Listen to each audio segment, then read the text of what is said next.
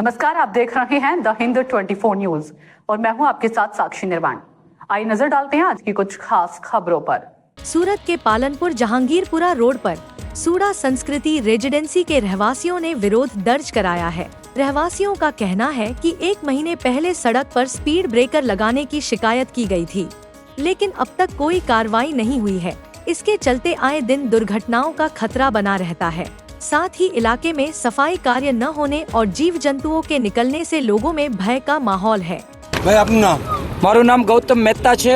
સુડા સંસ્કૃતિ રેસિડેન્સીમાં હું રહું છું।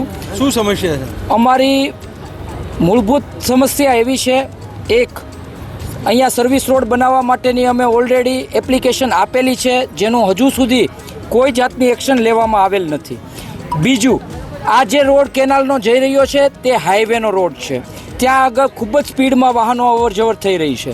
તો સૌથી પહેલાં તો અમને આ બંને અમારા જે કેમ્પસ લાગુ પડે છે, ગેટ નંબર 1 અને ગેટ નંબર 2, એની આગળ અને પાછળની સાઈડમાં સ્પીડ બ્રેકર બનાવવામાં આવે કે જેના કારણે અકસ્માતનો ભય જે છે એ નહિવત થઈ જાય। આગળ જ જોવામાં આવે તો સામે બેનેતોનું જે બિલ્ડિંગ છે ત્યાં આગળ પણ સ્પીડ બ્રેકર બનાવવામાં આવેલું છે। આગળ પેલા સાઈડ જોવામાં આવે તો જલારામ રેસ્ટોરન્ટ પાસે પણ સ્પીડ બ્રેકર મૂકવામાં આવેલું છે। છેલ્લા 3 મહિનામાં અહીંયા 3 કે 4 એક્સિડન્ટ થઈ ચૂકેલા છે ને એમાં એક્સિડન્ટ થનારનું મૃત્યુ પણ થયેલું છે। તો આ વસ્તુને પણ ગંભીરતાથી ધ્યાનમાં લેવામાં આવે અને વહેલામાં વહેલી તકે અમને અહીંયા સ્પીડ બ્રેકર બનાવવામાં આવે।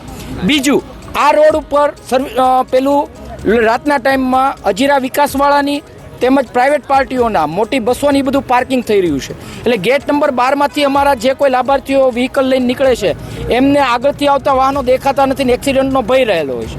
તો એટલીસ્ટ આટલા કોઈ પણ એરિયામાં તંત્ર દ્વારા એવી કોઈ વ્યવસ્થા ઊભી કરવામાં આવે કે કોઈ પણ વ્હીકલ જે છે એ રોડ ઉપર પાર્ક ના થાય, બરાબર છે। ત્યાર પછીની અમારી બીજી ડિમાન્ડ એ છે કે બંને સાઈડ હજીરા વિકાસ ઓકે સિટી બસ માટેની જે વ્યવસ્થા થોડા ટાઈમ પહેલાં શરૂ કરવામાં આવેલી હતી, એક જ બસ આવતી હતી, ત્યારે એવી બધી કમિટમેન્ટ આપવામાં આવેલા હતા કે અહીંયા આગળ બસ સ્ટોપ બનાવવામાં આવશે અને બસોનું જે છે એ ફ્રિકવન્સી વધારવામાં આવશે, પણ હજુ સુધી એ ફ્રિકવન્સી પણ વધારવામાં નથી આવી અને બસ સ્ટોપ પણ બનાવવામાં નથી આવી।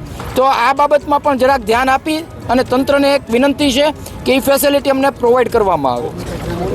બીજું, 24 બિલ્ડિંગ છે ને 2560 ફ્લેટ છે, એટલે કચરાનું જે પ્રમાણ છે એ ખૂબ જ વધારે પ્રમાણમાં છે અને એમના દ્વારા એસએમસી દ્વારા જે કચરો કલેક્ટ કરવા માટે ગાડીઓ આવે છે તે મૂળ એક જ વખત આવે છે, તો એની ફ્રીક્વન્સી વધારવામાં આવે અને ગાડીઓને રેગ્યુલર કરવામાં આવે કે જેના કારણે રેગ્યુલર કચરાનો નિકાલ થઈ શકે।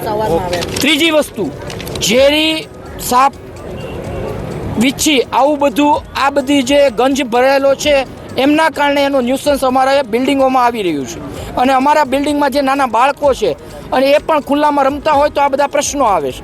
તો આ બાબતને પણ રોડ જે છે એમને એકદમ નીટ એન્ડ ક્લીન કરી આપવામાં આવે અને ત્યાં જો સર્વિસ રોડ તાત્કાલિક ધોરણે બનાવે તો આ પ્રશ્નનું રૂટ લેવલથી સોલ્યુશન આવી શકે। તો તંત્રને અમારી નમ્ર અરજ છે કે એ વસ્તુને ગંભીરતાપૂર્વક ધ્યાનમાં લે અને એનું સોલ્યુશન આપે। देखते रहिए द हिंद 24 न्यूज।